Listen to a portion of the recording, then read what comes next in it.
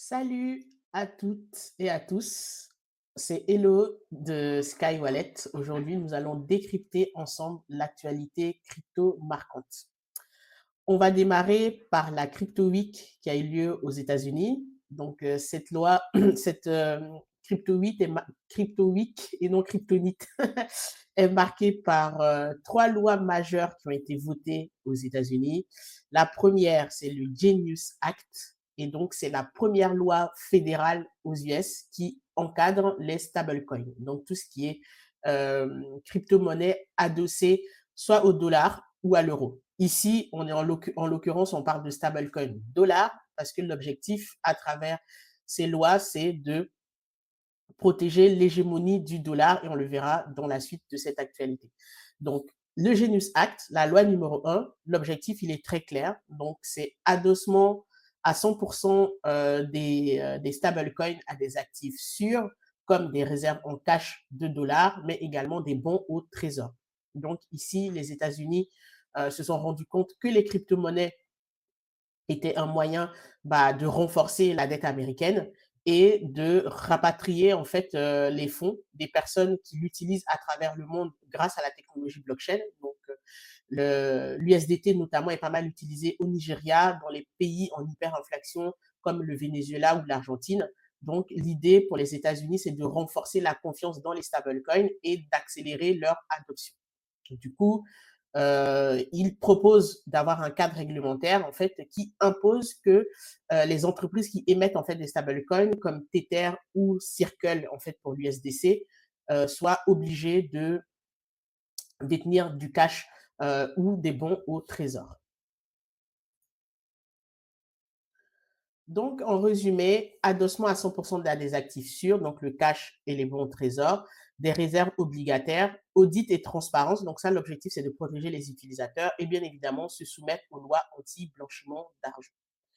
La deuxième loi qui a été votée pendant cette Crypto Week, c'est le Clarity Act. Donc là, l'objectif est clair, c'est de lever un vieux flou qu'on avait aux États-Unis concernant les cryptos. Donc, est-ce qu'elles sont régulées par la SEC ou la CFTC? Donc, l'une est en charge en fait des commodities, donc l'or, l'argent, etc., donc les matières premières, et l'autre est plutôt en charge des securities, donc des actions.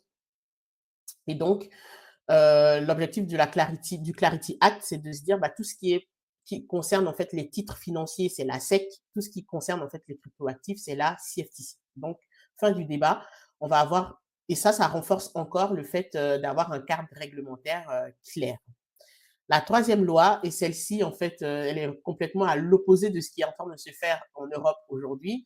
Il s'agit d'une loi anti-CBDC. Donc, anti-CBDC Act, c'est une loi dont l'objectif est d'interdire la création, en fait, d'interdire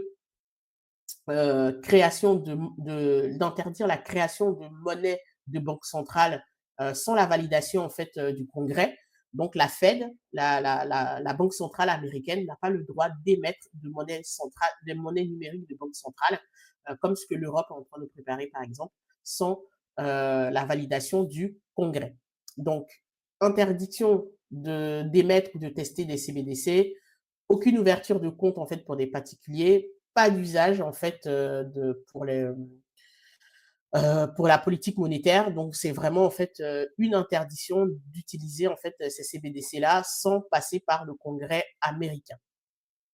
Donc pourquoi tout cela est historique? Donc c'est pour la première fois que aux États-Unis on va dire ce type de loi sur le domaine des cryptoactifs. Donc la posture en fait elle est vraiment claire en fait du côté des États-Unis.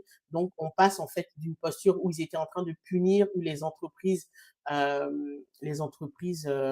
du domaine de la crypto étaient en constante on va dire, guéguerre avec les institutions, à une posture où on encadre, on régule, on donne un cadre clair pour donner en fait la chance à ces entreprises-là de se développer.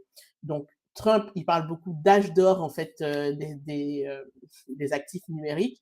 Donc, on sent que aux États-Unis, on est plutôt en fait dans un cadre où on va favoriser ces actifs-là, à tel point que il y a des rumeurs qui circulent comme quoi ils vont pouvoir les intégrer directement dans le 401. Donc le 401, c'est l'équivalent en fait du PER aux États-Unis, donc qui permet aux Américains de préparer leur retraite. Donc, c'est vraiment un changement de tournant. On passe en fait d'un actif qui était complètement diabolisé à des actifs qui aujourd'hui en fait entrent dans les fonds prestigieux. Il y a des ETF, voilà, aux États-Unis, mais également en fait il y a une réglementation claire au niveau des stablecoins. Avant de passer à la deuxième actualité que je voulais partager avec vous, laissez-moi vous parler de SkyWallet. Donc, SkyWallet, c'est votre partenaire pour l'adoption de Bitcoin et des stablecoins en entreprise. Donc, on fournit un accompagnement clé en main qui va de l'identification, l'analyse d'abord en fait de vos moyens de paiement, de vos façons d'échanger de l'argent avec vos fournisseurs et partenaires. Ensuite, on sélectionne là où les solutions qui vont vous permettre d'adopter simplement cette nouvelle technologie qui est la blockchain dans vos transactions en fait quotidiennes, que ce soit avec vos clients pour les paiements ou avec vos fournisseurs pour acheter des marchandises à l'étranger. Ensuite, on s'occupe également de la partie communication. Donc, si vous voulez mieux communiquer pour attirer en fait des personnes qui seront susceptibles de vous payer en crypto-monnaie, on met également cela en place avec vous. Donc, l'objectif, c'est vraiment de vous accompagner de bout en bout. Donc, revenons à l'actualité crypto. Donc, le deuxième sujet que je voulais partager avec vous, c'est le fait que le Rassemblement national semble vouloir, en tout cas, porter le sujet Bitcoin, le sujet crypto en France. Ils ne sont pas à leur premier coup d'essai. Donc, déjà, mi-juin, ils avaient proposé un amendement. Donc, l'objectif était d'étudier les possibilités de développer une industrie de minage de Bitcoin en France. Ça avait été porté par 123 députés du Rassemblement national et cet amendement avait été rejeté. Donc, ils reviennent encore à la charge. Cette fois, c'est plutôt 72 députés RN qui font une proposition de loi dont l'objectif, c'est de tester de manière expérimentale le minage de Bitcoin en France. Donc, on se rend compte que la droite, en tout cas l'extrême droite, commence à s'intéresser à ce sujet-là. Est-ce que la gauche va faire pareil? Est-ce que la gauche va arrêter de diaboliser les crypto-monnaies, les étudier afin de pouvoir eux aussi en fait se positionner sur ce secteur d'avenir? Tout est la question, en tout cas, elle reste posée. En tout cas, pour l'instant, on n'a pas eu, on va dire, ce genre d'écho, bien que l'année dernière, il y a un collectif en fait des professionnels du secteur qui ont rencontré François Hollande. Pour l'instant, la gauche se positionne plutôt en défaveur en fait de tout ce qui est crypto-monnaie et de tout ce qui concerne le Bitcoin. Quoi qu'il en soit, je vous invite à lire l'article qui a été écrit par BFM TV sur le sujet pour expliquer voilà ce sujet-là. Je vous le mettrai en commentaire. Et en tout cas, le sujet du Bitcoin, du minage de Bitcoin, en tout cas, je pense, ne sera pas un sujet absent de la campagne politique de 2027. Tout comme aux États-Unis, on a vu que le sujet du Bitcoin avait en tout cas joué en faveur de l'élection de Donald Trump. Je pense qu'en France, le Bitcoin entre à l'Assemblée nationale. Il y a des débats en fait qui commencent à avoir lieu. Et donc, dans la campagne présidentielle de 2027, je pense que le sujet, en tout cas, du Bitcoin sera présent et ça va pouvoir faire, je pense, basculer l'élection, étant donné qu'on a des personnes de plus en plus jeunes qui ont des crypto-monnaies. Le pays a besoin d'argent tout simplement. Hein, donc c'est pas une surprise en fait que on ait la classe politique qui s'intéresse à cette technologie émergente afin de voir comment la France peut aussi en tirer parti, que ce soit pour exploiter l'excédent en fait d'électricité qui est produite en France et qui est vendue aujourd'hui à perte, ou alors en fait pour favoriser l'émergence en fait de cette industrie et avoir des champions nationaux du minage également en France.